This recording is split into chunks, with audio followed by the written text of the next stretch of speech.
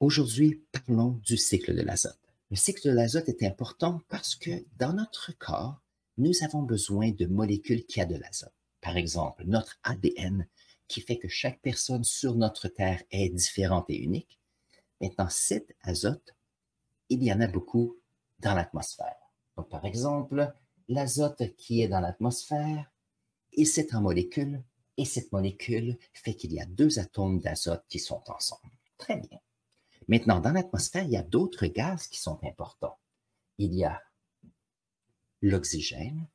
Bien sûr, lorsque nous inspirons, notre corps prend cet oxygène pour pouvoir donner de l'énergie à nos muscles et il y a du CO2 qui est produit. Donc ça, ce sont trois des grands gaz que nous connaissons. Il y en a d'autres, mais c'est ce que nous allons faire aujourd'hui.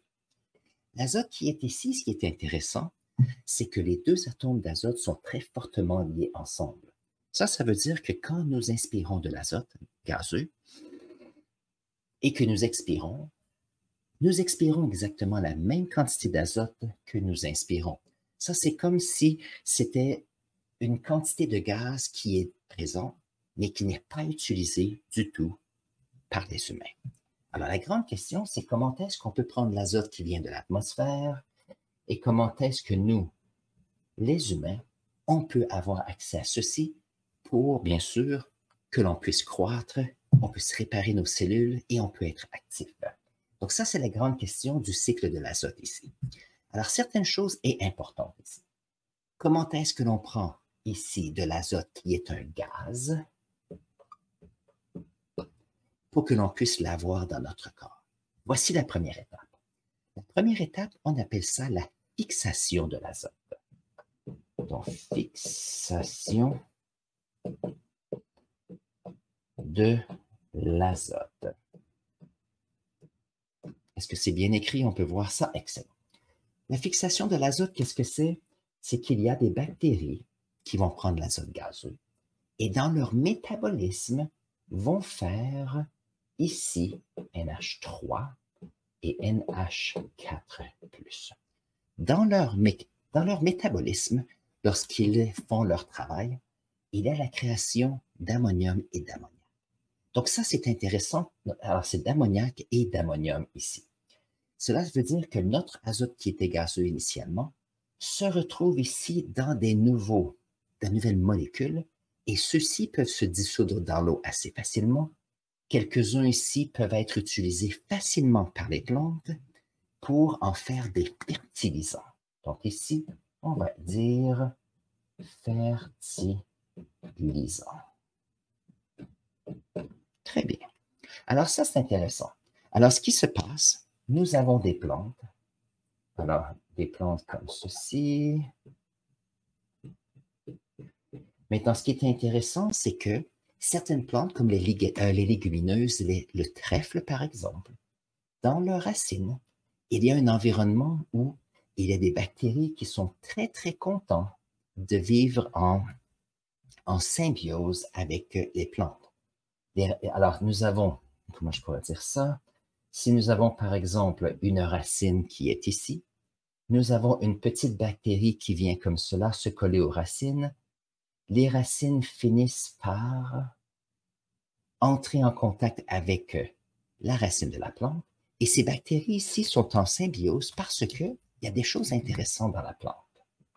Il y a des échanges qui se font parce qu'il y a la fixation de l'azote ici par les bactéries. La deuxième réaction chimique s'appelle la nitrification. Donc, je vais l'écrire ici. Nitrification. Donc, ce qui arrive ici, c'est que on a ici l'ammoniac et l'ammonium. Lorsqu'il est en contact de l'eau avec des bactéries, on a de nouvelles molécules qui sont faites. NO3. Il y a un petit signe négatif. Ça, ce sont les nitrates. Et il y a NO2 avec un petit moins ici, qu'on appelle les nitrites. Alors, ce qui est intéressant, c'est qu'on a ici avec un autre groupe de bactéries qui vont prendre ces molécules et en faire de nouvelles. Maintenant, ça, c'est intéressant. Parce que ces nitrates et ces nitrites ici vont s'associer avec des ions positifs qu'on appelle des minéraux. Donc, par exemple, il y a le fer qui peut être comme ceci 2+, il peut y avoir le calcium 2+, le potassium+, il peut y avoir le magnésium. Donc, qu'est-ce qui arrive? C'est que le fait que le nitrate et le nitrite ici peuvent se dissoudre dans l'eau, vont entrer en contact avec des minéraux ici et ensemble vont se promener facilement. Vont entrer en contact avec les racines ici et donc avec ces bactéries, on se retrouve ici avec une symbiose qui est fantastique. Parce que bien sûr, les plantes ont besoin de minéraux et donc la première partie ici de la fixation de l'azote qui mène à la nitrification fait qu'on a des plantes ici qui ont des minéraux à base de nitrate et de nitrite. Alors ça, c'est intéressant parce que maintenant, nous avons des molécules qui contiennent de l'azote qui maintenant entrent dans les plantes ici. Alors si nous, les humains, on ne peut pas prendre l'azote gazeux de l'atmosphère, nous pouvons certainement manger des aliments qui contiennent de l'azote. Et ça, c'est intéressant. Donc, à travers la nourriture, nous avons ici, les humains, l'absorption de cela. Donc, ça, c'est une des grandes parties ici.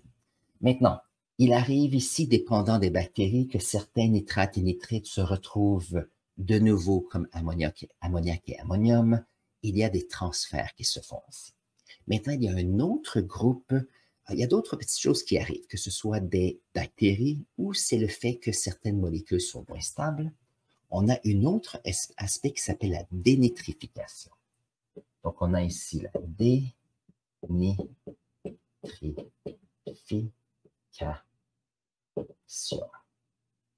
Alors ici, on peut voir, ça ressemble beaucoup aux mots que nous avons ici. Alors ici, qu'est-ce qui se passe?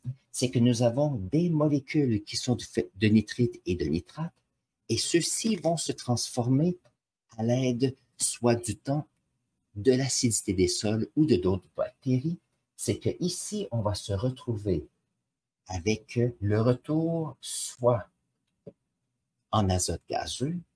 On peut aussi avoir des protoxydes d'azote qui finissent dans l'atmosphère ici. N2O comme cela. Donc, qu'est-ce qui se passe? On se retrouve avec de l'azote qui retourne à l'atmosphère. Et donc, on a ici le cycle de l'azote qui fait qu'on a encore un grand cycle. Ça, c'est à la base du cycle de l'azote. De façon naturelle, c'est fantastique, ça va très bien. Vous allez dire, s'il y a des fertilisants dans les sols, les plantes devraient toujours bien pousser. Par contre, si nous avons des plantes qui sont ici, et on a des humains qui aiment manger, qui viennent chercher les plantes, qu'est-ce qui arrive? C'est que on prend des plantes ici que nous allons manger. Donc, on prend des nutriments du sol qui vont aux plantes, et maintenant, ces plantes, on les enlève de l'environnement pour les humains.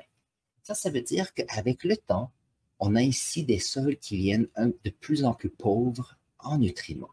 On a toujours, bien sûr, besoin des bactéries, on a besoin de ce cycle, mais quelquefois, si on a une surproduction, une surexploitation d'une terre agricole, par exemple, qu'est-ce qui arrive? C'est que le travail des bactéries fonctionne, mais n'est pas assez rapide.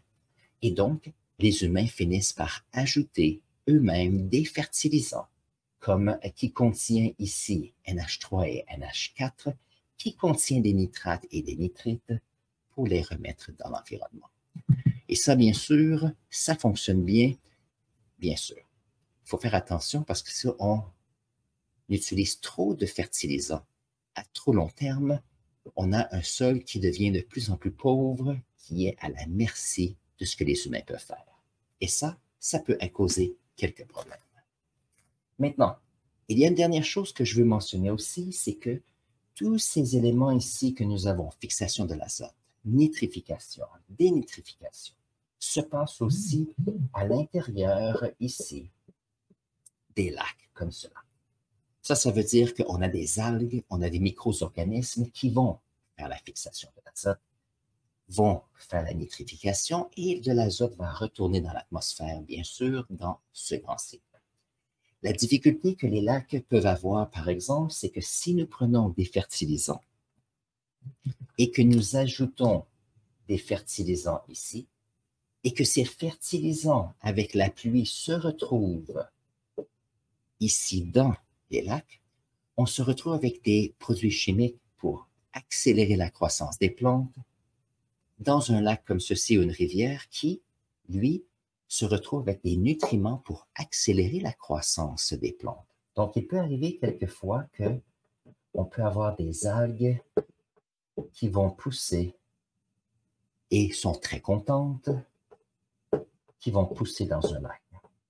Donc, la question qu'on a, c'est, la nature fait bien les choses, mais si on ne fait pas attention aux fertilisants, on peut avoir un déséquilibre ici sur la quantité d'azote dans les petits lacs ici. Pour ceux qui sont intéressés, il y a un mot pour ce débalancement. Et ce mot, il est un peu long, je vais l'écrire quand même. C'est l'eutrophisation, comme ceci. L'eutrophisation, qu'est-ce que c'est? L'eutrophisation, c'est le fait qu'il y a une augmentation des produits chimiques dans un plan d'eau et qu'il y a une augmentation rapide des algues. Et la conséquence de ceci, c'est que ça affecte complètement les écosystèmes. Et donc, ça veut dire que si on a, par exemple, un petit poisson qui est ici, alors on a un petit poisson qui est ici. Si le petit poisson était content avant tous ces algues, il y a des algues ici qui finissent par mourir, de plus en plus de déchets, de décomposition. L'eutrophisation fait qu'on se retrouve avec des petits poissons et des écosystèmes qui finissent par s'appauvrir. Et ça, il faut faire attention. Alors sur ce, c'est une grande vision du cycle de l'azote. La raison pourquoi je voulais le montrer, j'ai une leçon à faire cette semaine à mes élèves. Et si on regarde ce dessin, vous allez dire, oh, il y a tellement d'informations ici, c'est vrai. Mais prenez le temps de retourner en arrière dans cette vidéo et regardez chacune des étapes que nous avons fait pour avoir un dessin de plus en plus complexe. C'est pour ça que j'aime faire ces vidéos ici. Parce que si vous voyez d'où vient cette réflexion sur un concept, ça vous permet de mieux comprendre, bien sûr. Alors sur ce, je vais mettre ici un lien à un autre cycle que j'ai fait sur vidéo. On va mettre ici le cycle du carbone ici.